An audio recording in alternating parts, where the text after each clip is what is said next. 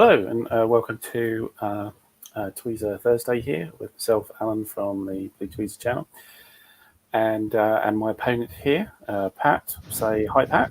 Hi, Pat. Thank you. And we are on August 1915, turn of the Great War in Europe. Yeah, we're going to crack on with it, but just an announcement that there's a little bit of announcement for myself is that just this morning the channel crossed the 1,000 subscribers thing, which was yeah, Congratulations. very nice. Thank you very much.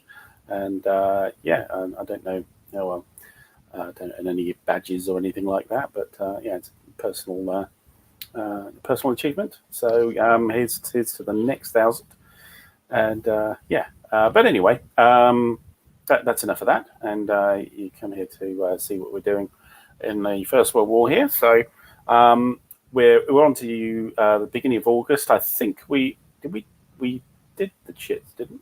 Did we do the chits? I don't think we did. No. Okay. Well, I am not drawing any. No, neither am I. There's nothing to draw really. So we'll just that's all dried up, I think. So yeah, and any question? One thing. Where do we stand on Serbia?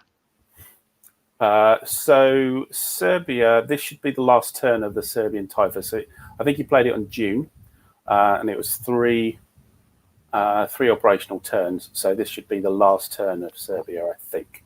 That was I just wanted to make sure we were correct on our time frame on that. What did you have to say? I'm sorry. Yeah, I realised after we played last time that I didn't actually do my strategic redeployment on the east map.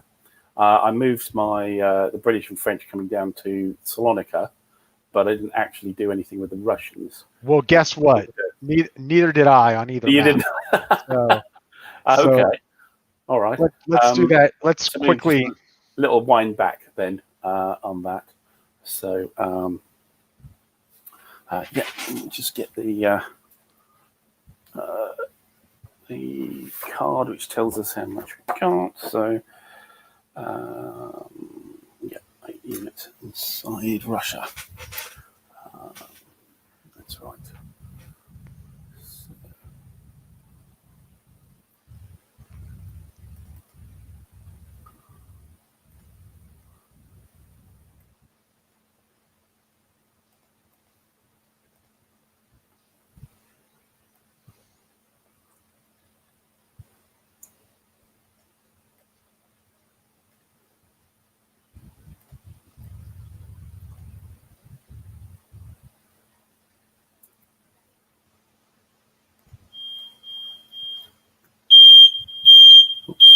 That's not good.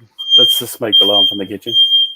My other half's doing some cooking there. I can smell. So.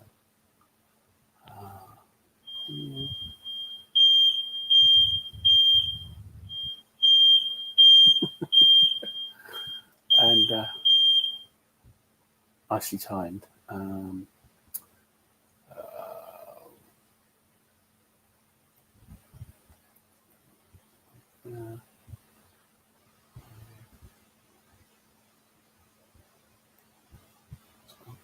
Oops. Okay.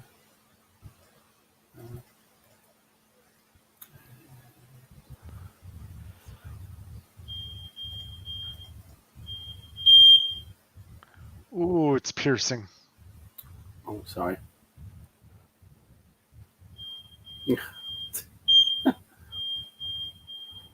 Let me just try and mute myself while this is going on.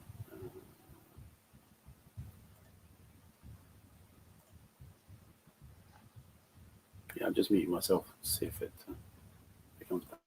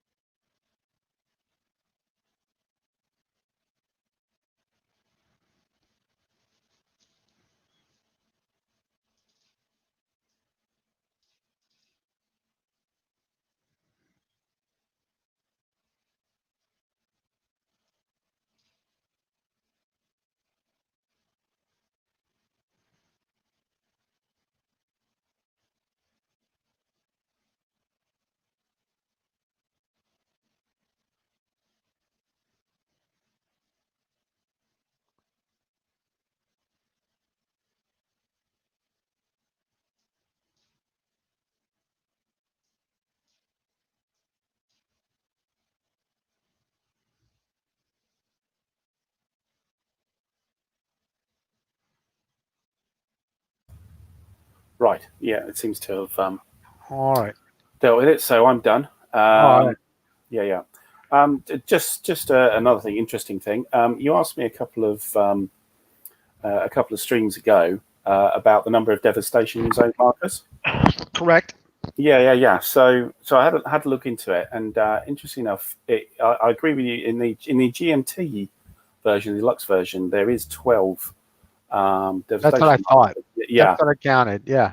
but interesting enough, in the Command Magazine version, there is only 10. Huh.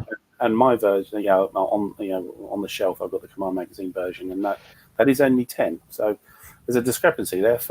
I'm not quite sure what they Or do. the designer decided they need two more. Yeah, yeah, yeah, something like that. So interesting. We've discovered a slight variation in the two versions there, which they seem to be. I was thinking it was pretty faithful, to be honest, but there's an interesting change. Anyway, If I was combining, you know, um, I don't like every, purely a matter of taste and mechanics, every Ted Racer mm, game, I like, but I mm, like Ted's work. But I will say that that's just due diligence, right? So if you're mm, gonna, yeah, you may have released some magazine games, right? But now yeah, that you're releasing this deluxe edition, you mm, probably, maybe if you didn't play test it before as one big game, mm, you know what I mm. mean, for balance and et cetera, you probably Sure, should, sure. right? Yeah, yeah, Yeah. yeah, who knows? Anyway, just an interesting Yeah. aside. But yeah, so are you okay with your strategic stuff? Let's do it. You're on West, I'm on East. Let's go. We just get on with August. The brilliant. Okay, let's go. All right. Uh, so Let's see here. I'll zoom in the east. Sorry, in the west. Sorry. Right. And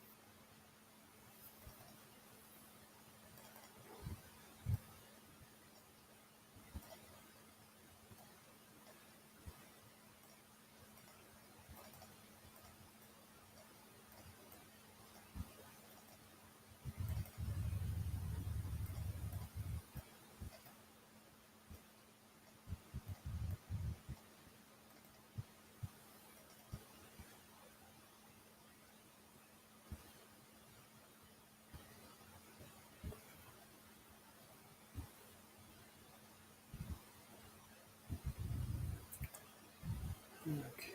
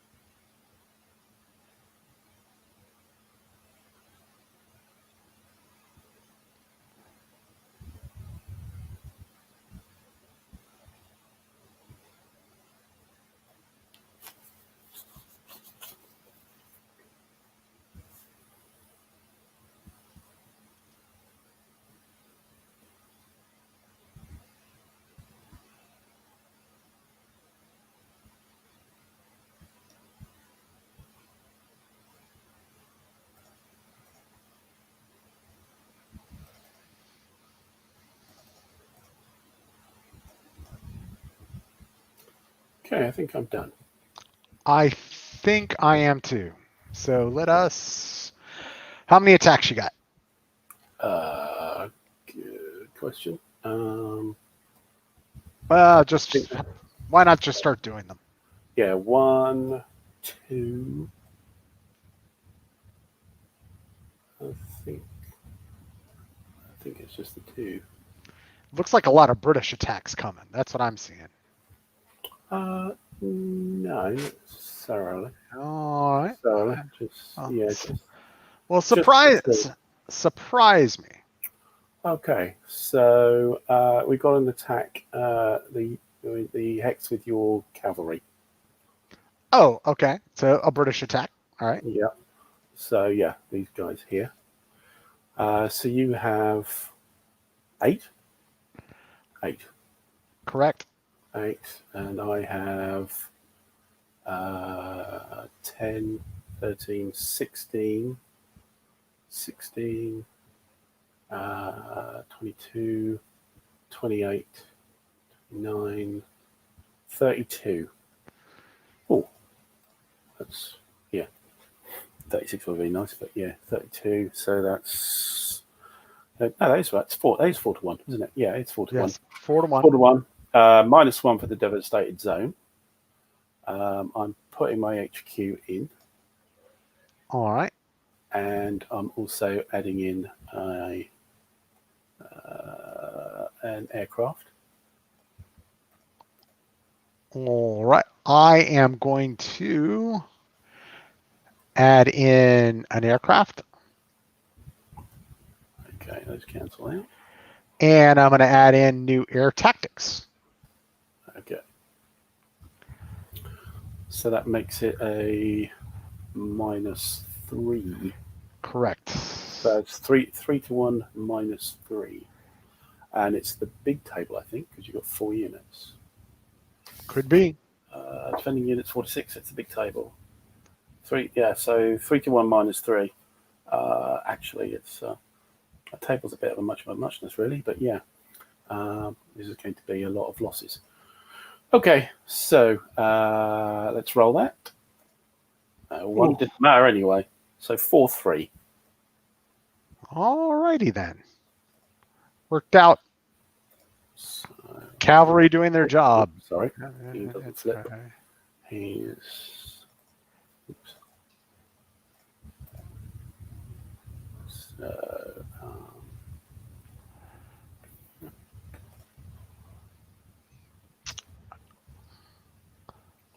you sorted your losses out and stuff? Yes, yeah. 3 cavalry. Bye-bye. Okay, good. Just doing nice. That was 1, 2.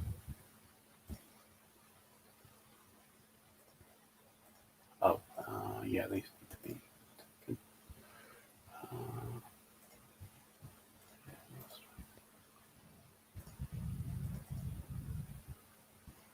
Yeah, that's fine. That's cool. So 4 done. Right. Okay. And here, just these guys here on the corner, the 115th division you've got there. So you've got 4 units there. So that's Which guy where? Which guy where? these guys here. Ah, okay. So 3, I've 6, got 9. 4 units there. Yeah. So it's 3, 6, 9, 12. I have 3, 4, 5, 6, 7, 10, 22, 22, 34. 34 to 2, so it's a 2 to 1. Devastated zone? There is a devastated zone, yeah. So it's a 1 to 1. There's HQ coming in. All right. And we shall add an aircraft again.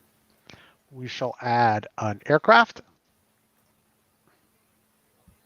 Okay. And a new air tactics. Okay. So it's a 2 to 1 -3. Yep. Big boy table.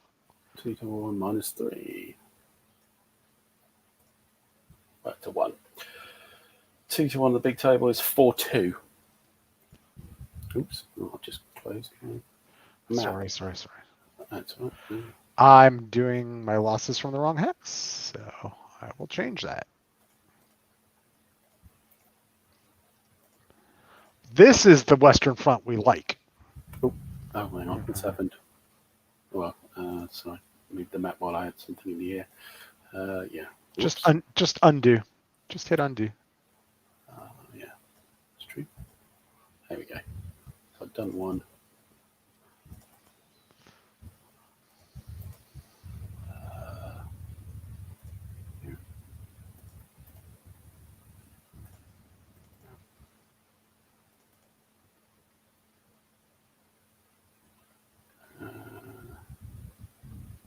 Yeah, I think there's 1 more to go. No, yes.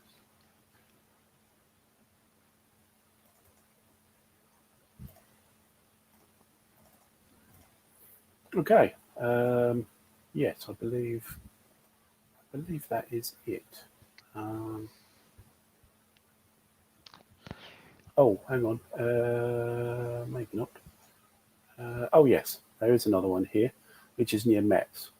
So All it's right. these guys here. All right. So, so you have 6. 6. I have 3, 6, 9, 12, 12, 21. 21. Yeah. So 21 to 6 is 3 to 1. Uh-huh. And I think rough makes it 2 to 1. And we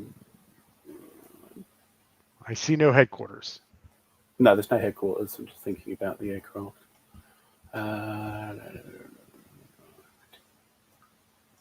No, no aircraft. All right. We are going to throw in Immelman. Okay. Right. So when you use him, you're going to have to roll to see if Yeah, he so survives. I'll roll right now. Okay. He survives. Yeah. All right. So that is a 2 to 1 minus 3. Right.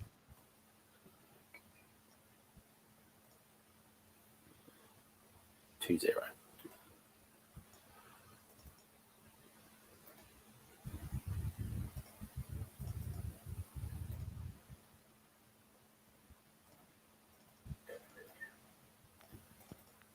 Okay. That's it. Anything in Italy? No. I think so. Thinking about it, but no, nothing in Italy. All right. Let's go east. Go east, young man. Okay. Out that way. All right. So we're going to start, funny enough, with the Austrians. Okay. So every Austrian adjacent to these guys. Now, just letting my view zoom in. So yes, next to those guys. Yep. Yeah, everybody adjacent is just going to attack. Okay. So every Austrian that's there. So this is not going to be a great attack. Mm-hmm. So Okay. this is going to be a well. I'm 9. Let me see if I really want to do this. Oh, okay. Don't tell me you're 9 yet. Okay. Yeah, I'm attacking across the river. That's not.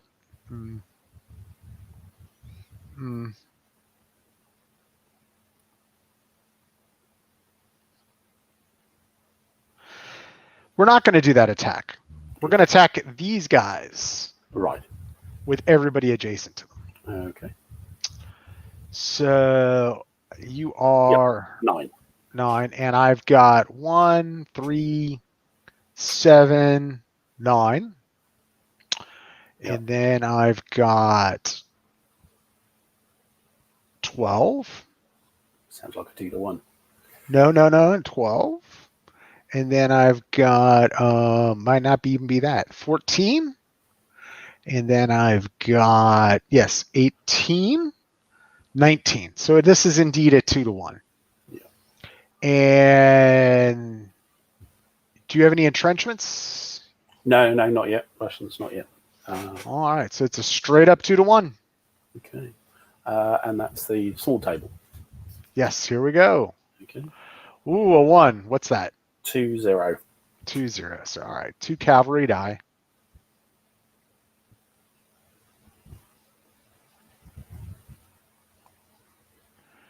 All right, that's it for the Austrians. And now, let's see here.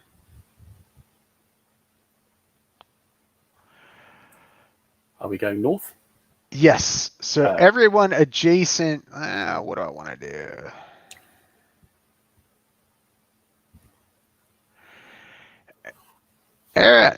This stack. Yes. And this stack. Yeah. Are going to attack this stack, and we're going to throw Okay. in 1 cavalry from captured Thorn. Okay. So that is 18. I'm 9.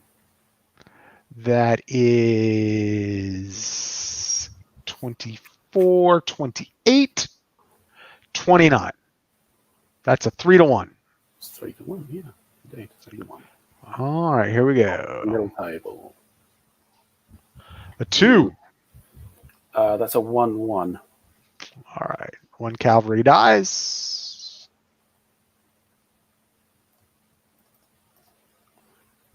Okay. And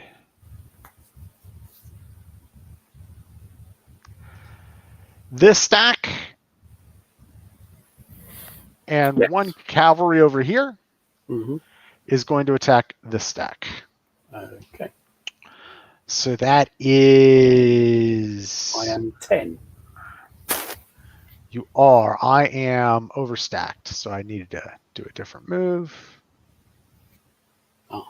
All right. So now I am 24, 25 against your 10. Yeah, it's 2-1. That's a 2-1. Here we go. Okay. That's a bit better. Yeah. 1-2. All right.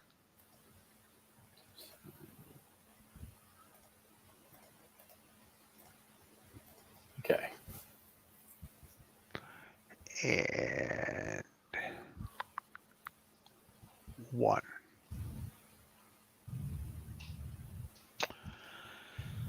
And let's see here. That's that. And then everyone adjacent to this stack is attacking it.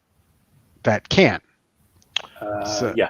Not so the that stack was correct. one. Yeah. Correct. So that is 24. And I am 11. 24.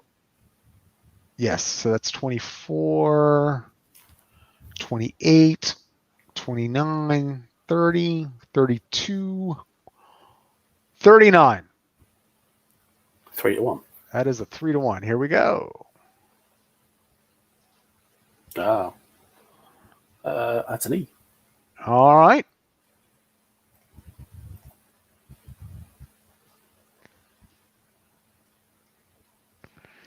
Just got to get 1 breakthrough every turn to keep moving you back. Yeah, it's a grind. Yep. It's a necessary grind. Necessary grind.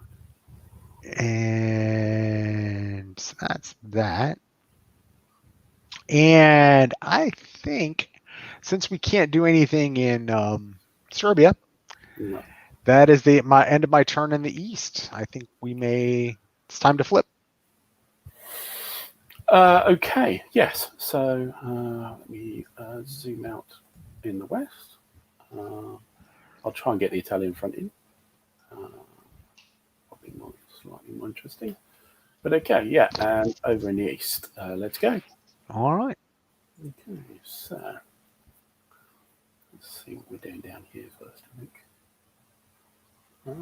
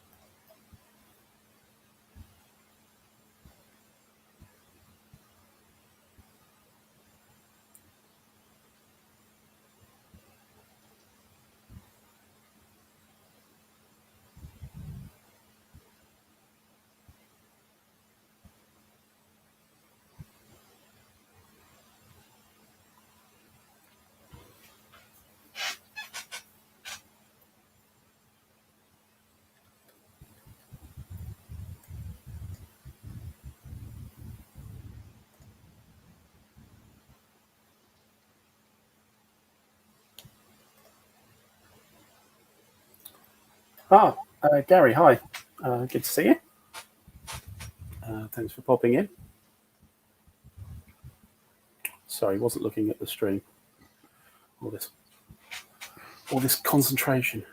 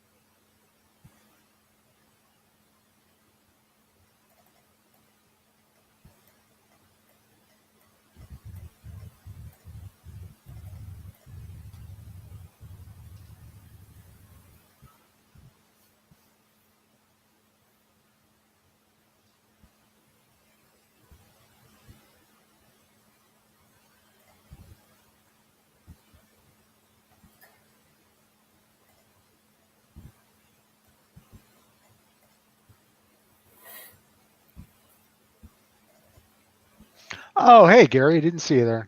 Busy playing.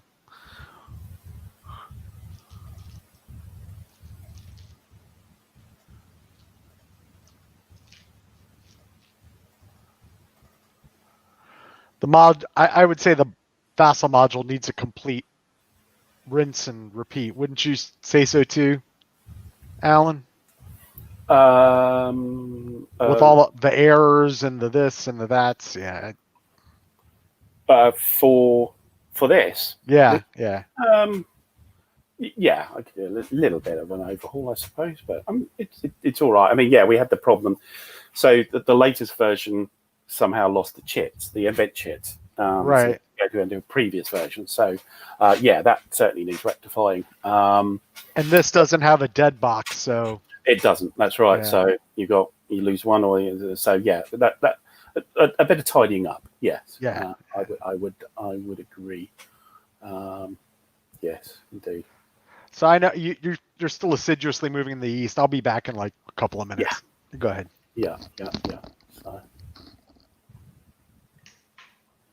So yeah, so the sort of big shock that happened, a couple of turns back with the Germans turning east, I think is kind of survivable. That's the thing in this game. Things are usually survivable as long as you're reasonably careful, and should be able to, as the Russians just pull back, losing a lot of units, yeah, but causing some casualties. So that is something. I am wondering actually if maybe we should go in, maybe do an attack even in Vanguard. I can't really tell. There's how many units there are there. So I think there's 3. And the problem is, of course, with the Germans, they have the -2 for the trenches. So it's you've got to pick your attacks really. And yeah, I think we'll probably leave that. But that's a solid front line. And we, what could do is like, it's kind of, well, I don't know, that guy down to there. Might be some enthusiasm there. So we'll see. But the HQs make a huge difference, of course. However, we're about to come up onto strategic turn F, a couple of turns. So that means that there's reinforcements, of course, and rebuild, etc., and get the HQs back. But also, the Russians get some trenches. They get a -1, which is very welcome as well. But the thing is, also the Austrians do as well. So it'd be really good if we could deal with the Austrians.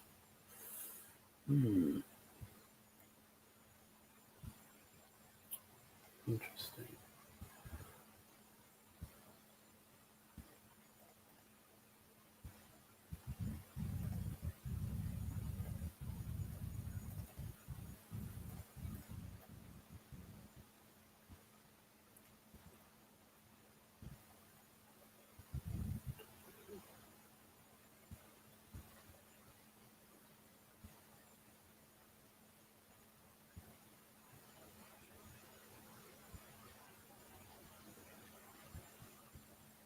Oops.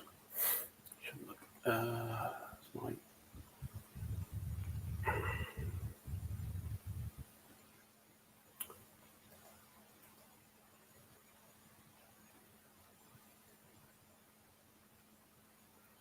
should continue to push.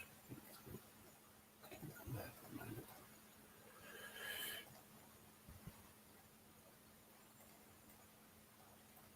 Certainly no brain there. 4 units here. And only 3 there.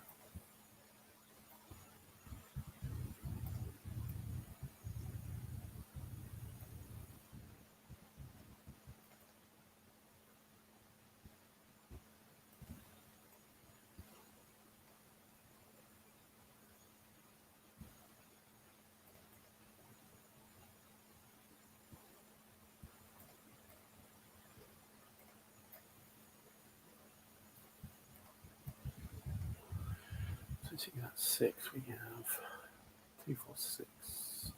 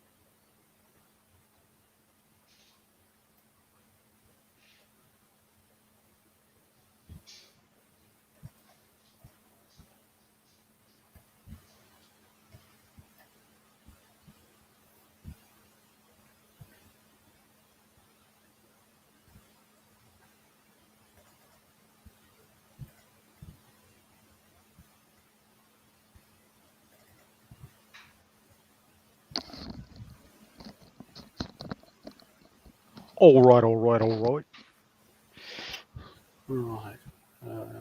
Sorry, just using here still.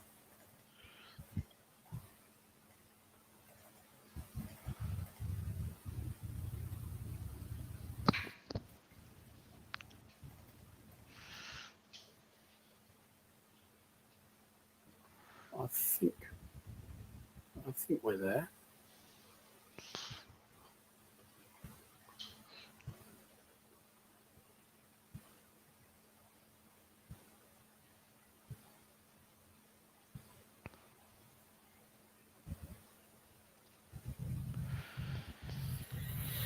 Yeah. Okay. I think I'm done. Yeah.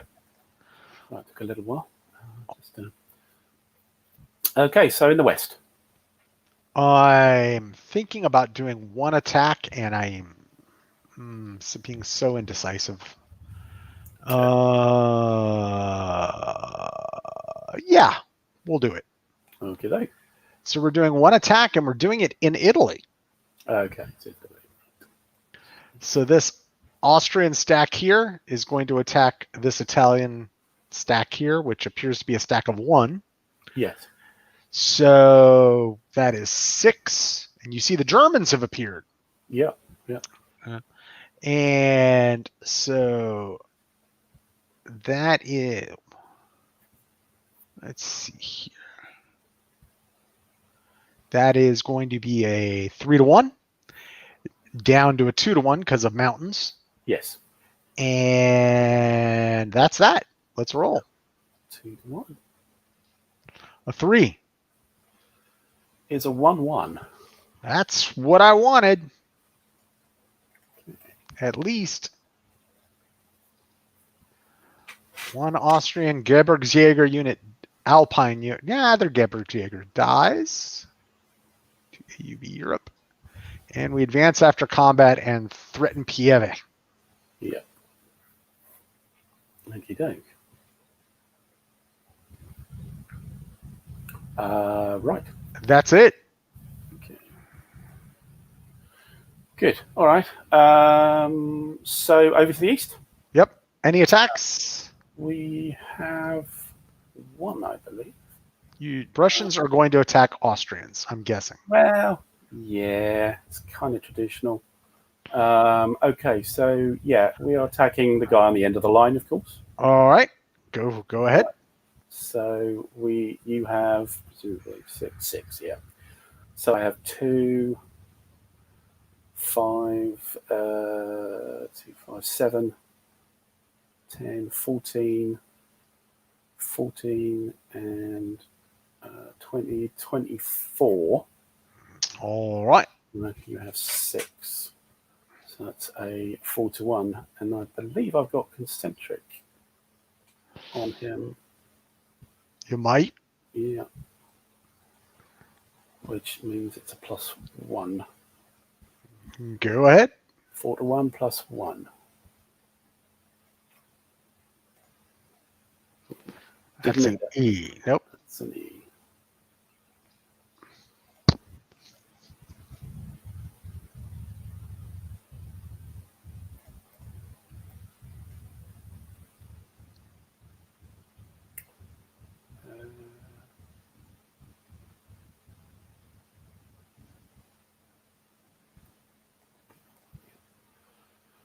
Okay. That's that. Actually, why not?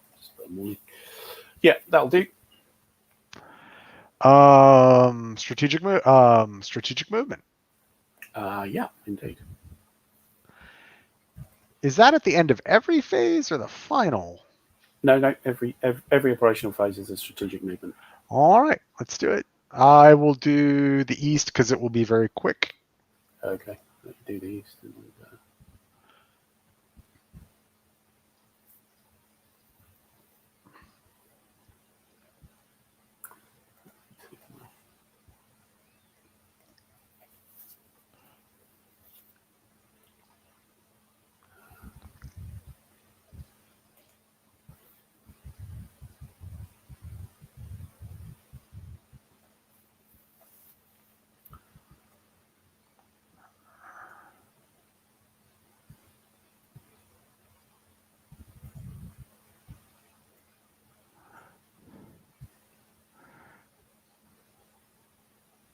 So quick, I'm already done. Okay.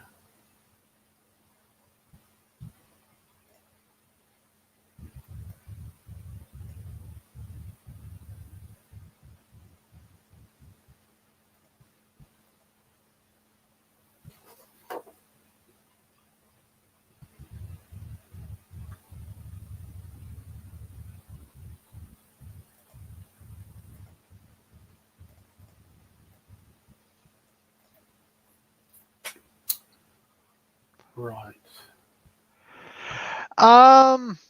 SEMO, not really. Especially not now. The how can I put it?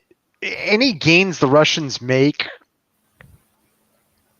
on the east, the way it feels to me is it's something I can really easily build back, and it's not doesn't feel like it's threatening anything. Um, that's on the east front. The Germans are just doing their German thing in Poland, and hammering eastward. And the two don't correlate.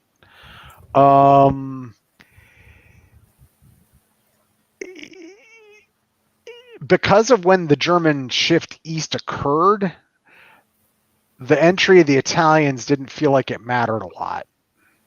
The Austrians could have given up what they gave up to reinforce Italy.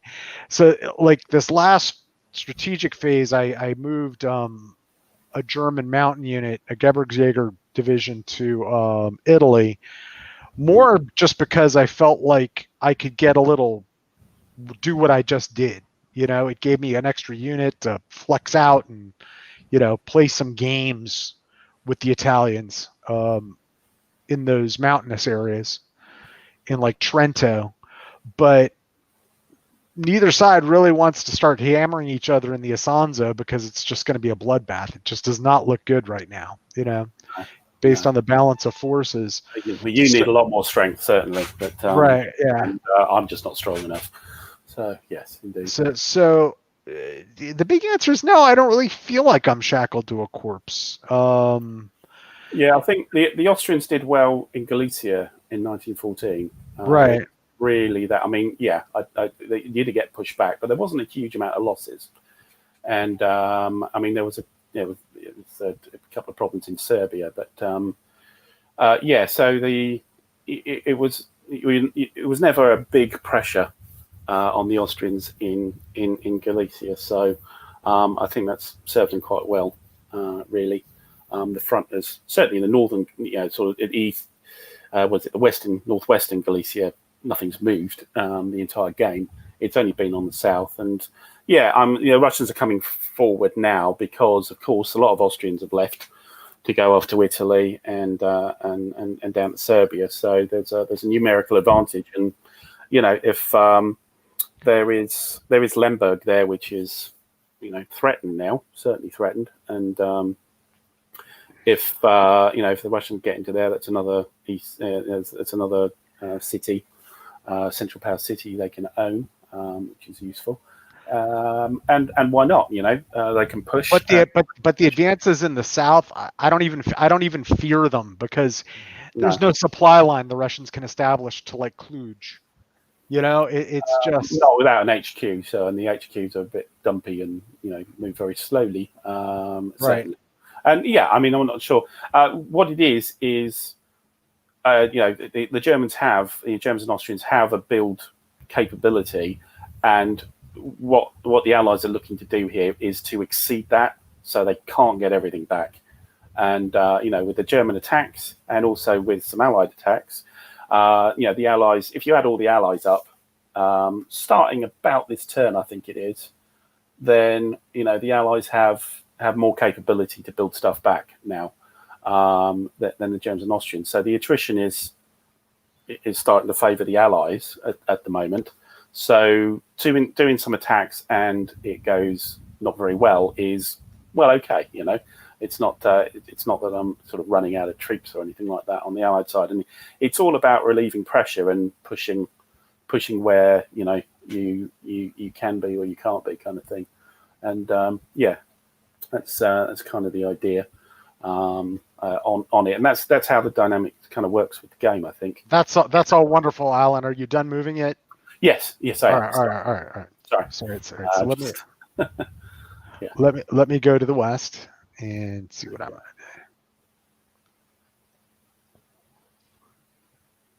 Yeah. So while you're moving there, so for example, that British attack didn't go very well at all, but it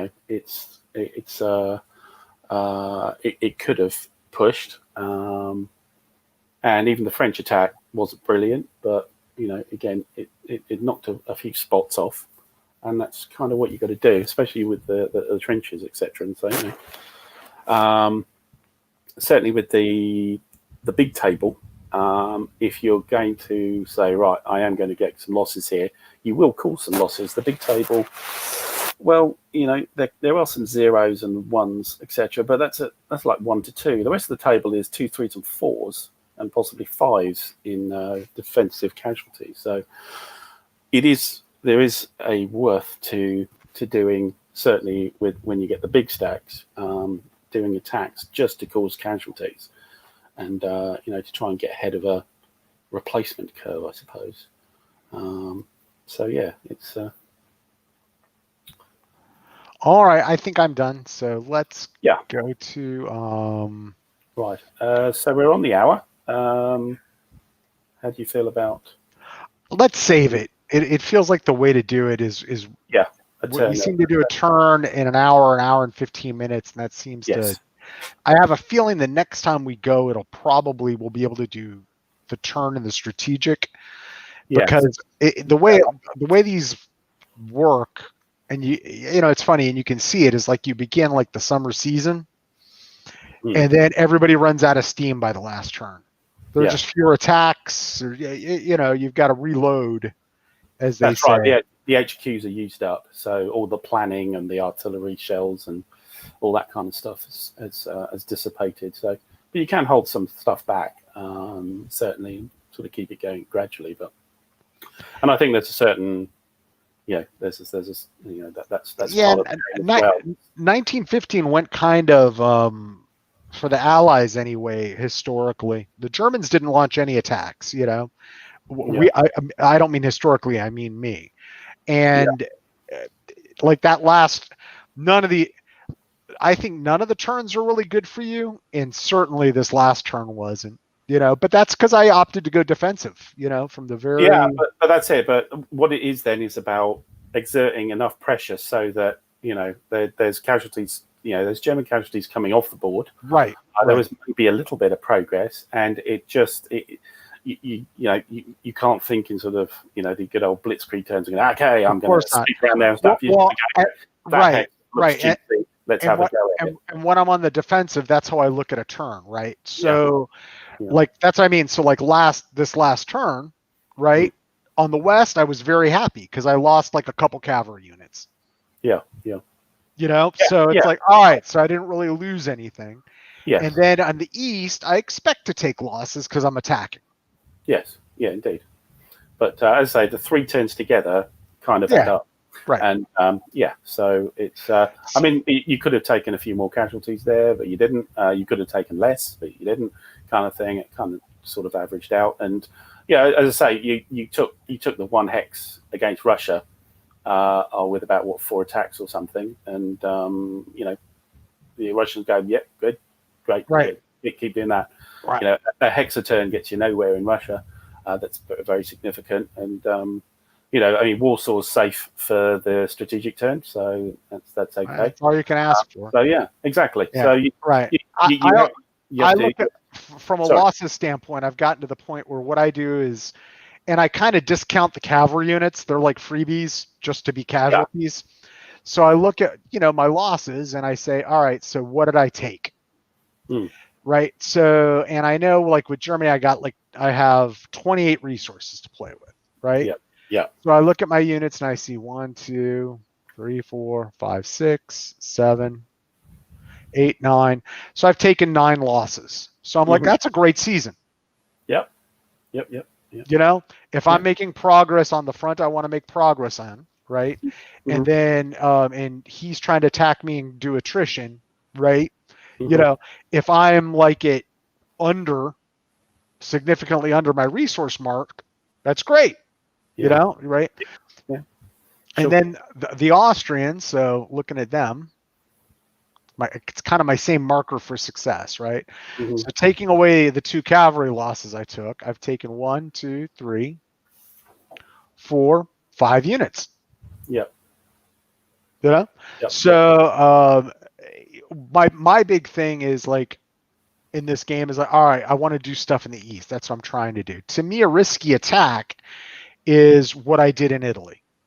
Yeah, sure. Yeah. Right?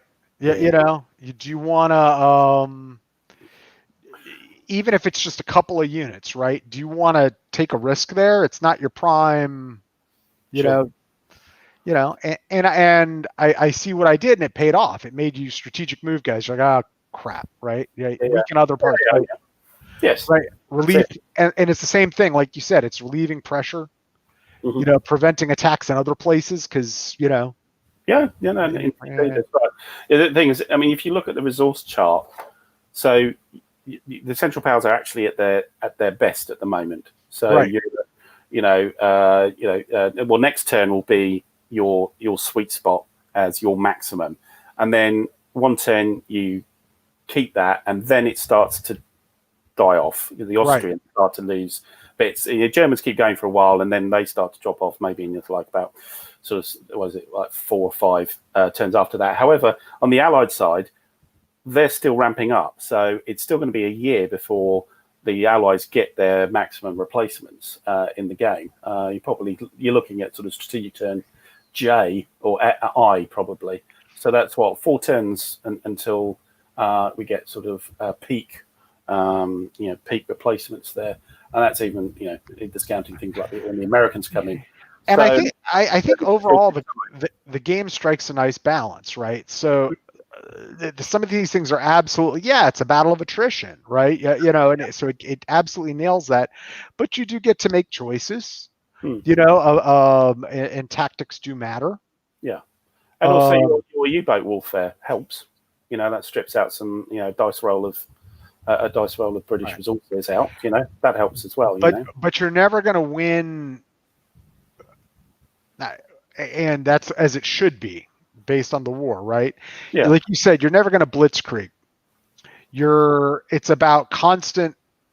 This is the apex of my effort, and I'm punching here. Yeah.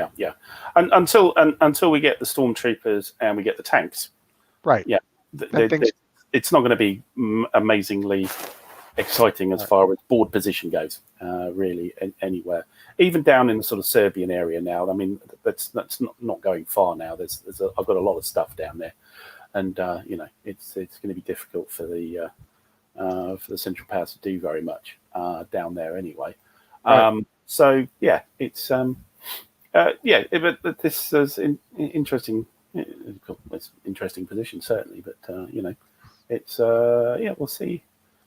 I like the game is, in its tactics is grinding, but it's not in a bad way, right? Yes, exactly. The decisions are about bigger decisions. Like this year, I made the decision to devastate hexes. That's a big deal. Yeah. Right? That's right. Or you play Salonika, or you stop the Brits advancing, and all that kind of stuff. And it kind of tells the story, but what you haven't got is it's not difficult to do combat. Combat is just you add up. You got 2 combat tables, which are 1 to 2, 5 to 1. Right. D6, roll a dice. That's it, and you get a number of number of casualties in each side. It's very straightforward. So you can rather than I suppose it could be you could look at a much more complicated World War I game and go, I'm going to have to go through a hell of a lot of calculation and results and advance and not advance and which loss and that kind of stuff, replacement points or whatever inside a particular battle.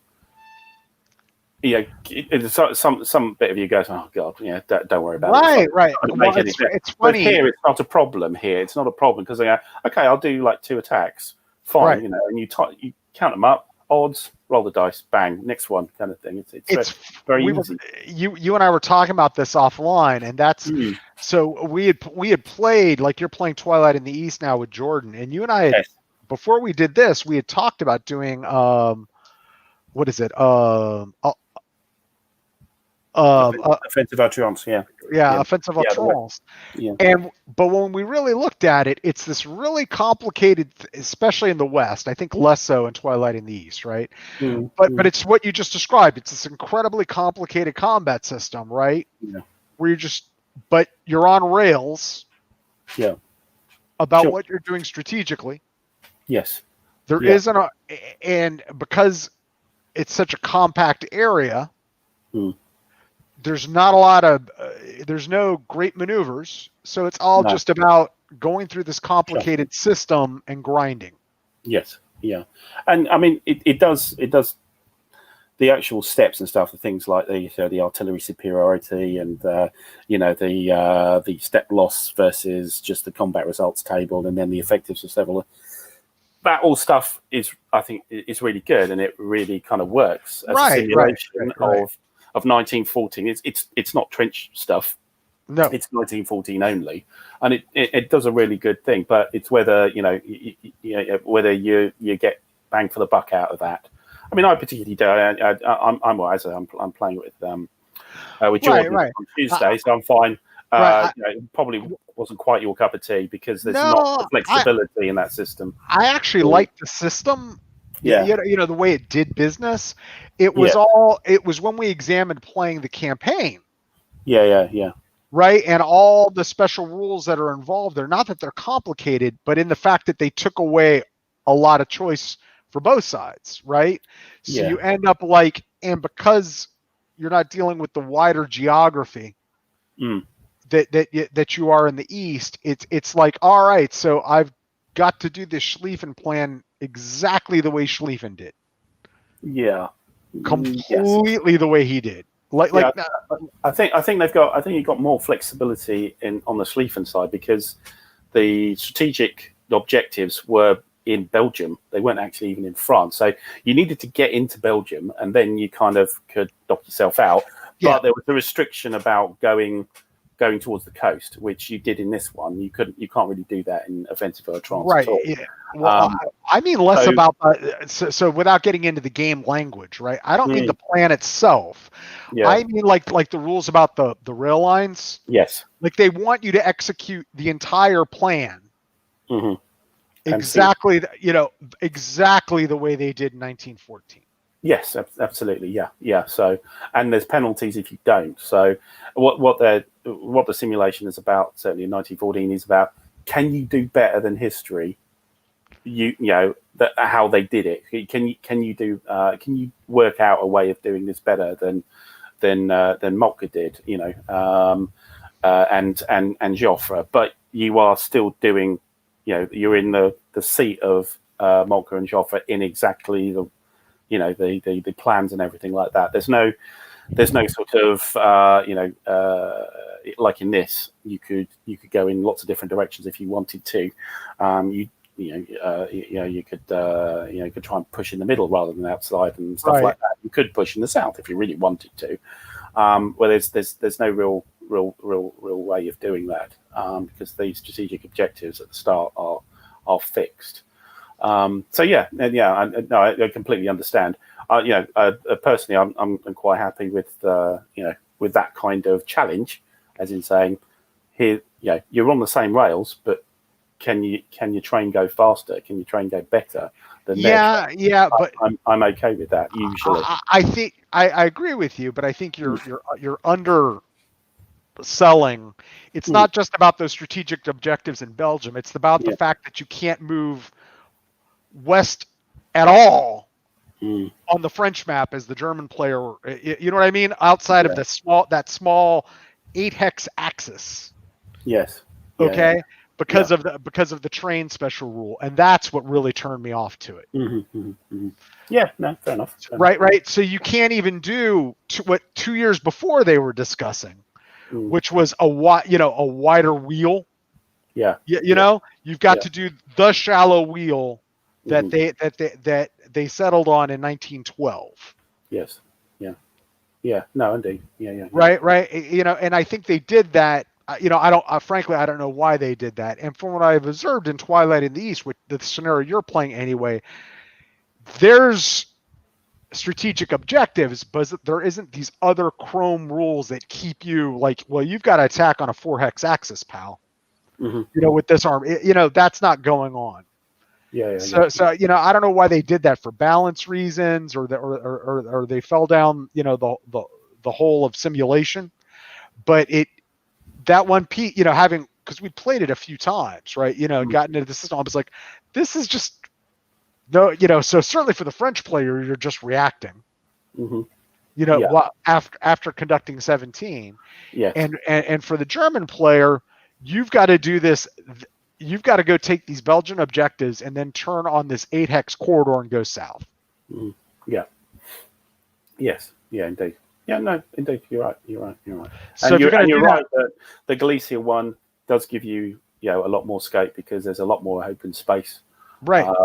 And you can, as they did historically, they took whole armies and said, actually, go 30 degrees west or east to go and help this army, Right. on an order from sort of central command. And there was a lot of actual maneuver at the army level on that side. Which, I mean, there was in the West, but yeah, as you say, it was kind of, everything was butted up together. In the Galicia, you got gaps, right. and the gaps are survivable. They're reasonable to have. And from a historical standpoint, I'm still not so sure that they must have just done it for playability or balance, right?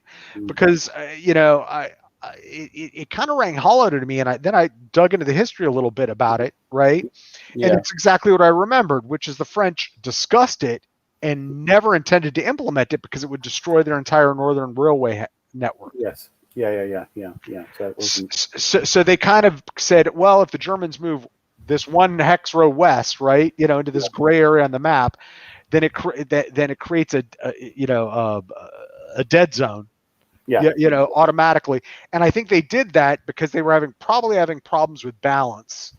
Yes. With things wheeling westward, and so it feels like kind of an extreme solution to me. Yeah, and the old arbitrary rule in like Paths of Glory, where you can't go to the coastal hexes until you play the Race to the Sea card and stuff. So that was the kind of that's the equivalent in that area. But here there is no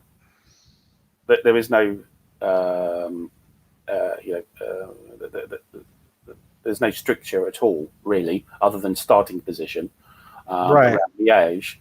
So, and what always happens in this game, from memory, having played it a long time ago, is pretty much exactly what you did, which is you do go the big wheel. There's no point in not at all.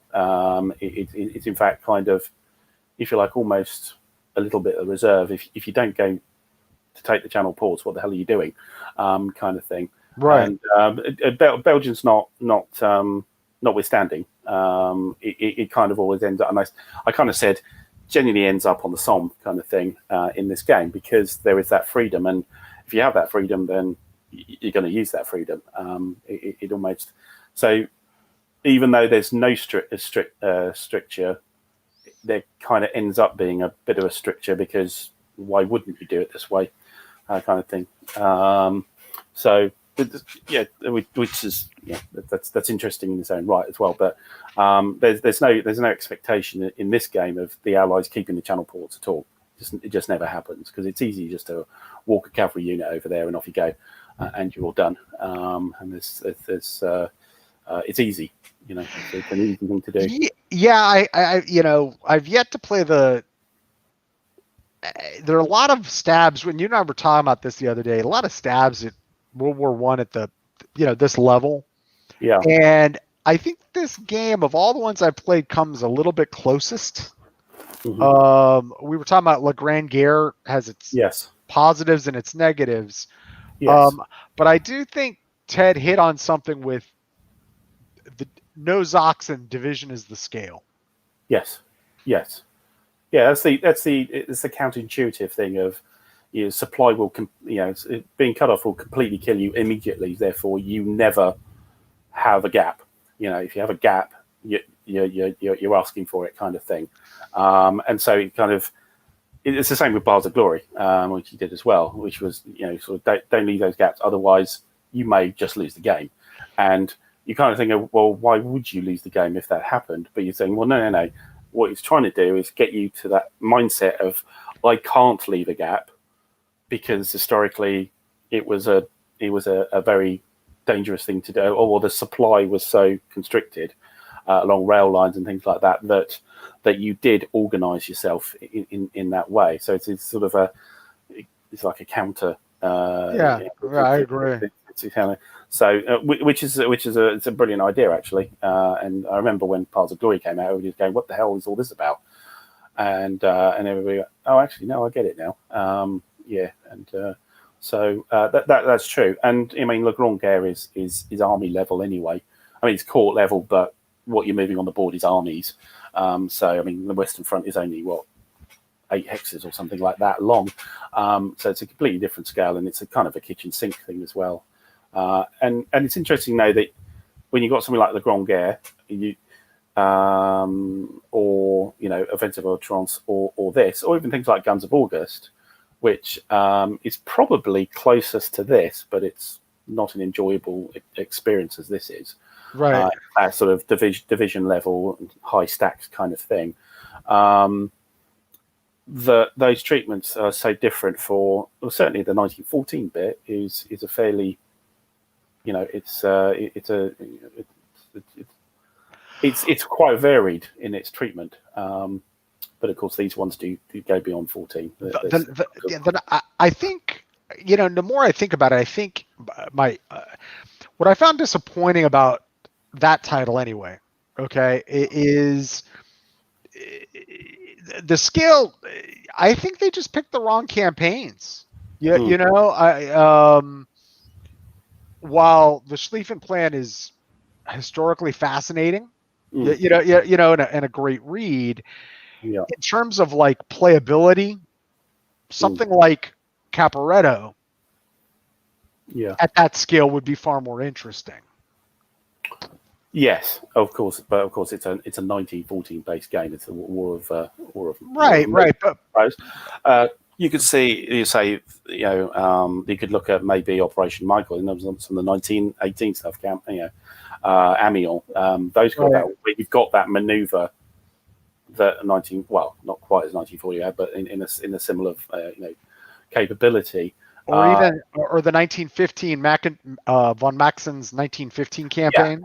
Yeah, so there's stuff around, and that's I understand. Don't get me wrong. I understand they're doing a 1914 series, but realistically, the system wouldn't change drastically. You would just need rules.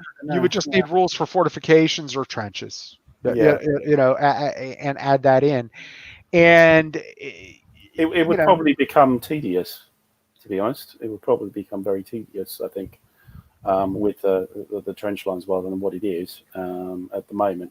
Right, unless, as you pointed out, unless you're doing Michael or you're doing, like I said, von Maxen. Yes, indeed. But interesting, so this game has 2 CRTs. So the second CRT is obviously about big pushes and saying there's lots of casualties either side. Almost doesn't matter what you roll. Almost doesn't matter what the odds are.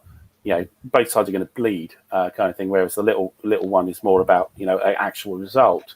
And then in something like Le Grand Guerre, where you have a completely different way of fighting a battle in 1915 to 17, as you did in 1914, actually kind of the combat system almost changes in how you run it. So you get that switch. So I would say it would probably be quite unique for the 1914 system if you wanted to put it in 1915 or 1916 or 1917, that they wouldn't have to do some serious chop and slash to make it work properly. But I don't know. They haven't done it, so Yeah. And that's it. The only game out there I know that makes a switch like that, and it did it quite elegantly. There are problems with the victory points, and it's a broken game. don't get me wrong, Mm. is what the Spanish Civil War by GMT, Right. which it flows. It does a very good job of flowing from the column stage of the war Yeah. to the divisions, Mm. and basically combat is handled differently, and units are forced to reorganize. So you get this very fluid early stage, Mm. that then becomes static by the time you get to like early 1917. Yeah. So you have these columns, and a lot of it has to do with some interesting ideas that I liked about playing with things that I was working on when I was doing a hot dry season already, like Mm. softer Zocs and that sort of thing, and like Mm. and Sure. how Zocs affect supply, and that changes, so that, but it's the only game I know that does what you described with Le Grand Guerre, where it's like Mm. you're fighting one kind of war and it Yes. changes, Yes. Yeah. and it from a feel standpoint, it gets that across very well. Yeah. Mhm. All right. Well, all right. We bored everybody. Anyway, All yeah. right. So Simo's actually said a few things. So yeah, Sleeping Plan was literally on rails, but the rails could have gone in a different direction with sort of a different plan. And yeah, you're right. With Pog, there is a kind of, oh, you left a gap there. But the intention is there to make sure you don't do that, to give you that impression of I need to keep things tight. So brilliant. Yeah. So in the last kind of 20 minutes, we've kind of digressed into general World War One gaming talk, but hopefully it was a little bit entertaining as well. Good. So we should be back on Saturday for the weekend. Saturday it is. And we will be on to September. Wow, okay, getting a bit late in the year now, on 1915. And we'll see you then. So thanks everybody for having a gander at what we were doing. And of course, the last word over to you, Pat. Well, have a great Thursday night, everybody. Bye bye. Put you on the spot. Cheers. See you Saturday. Bye. All right. Hang on. What I was going to say is what I actually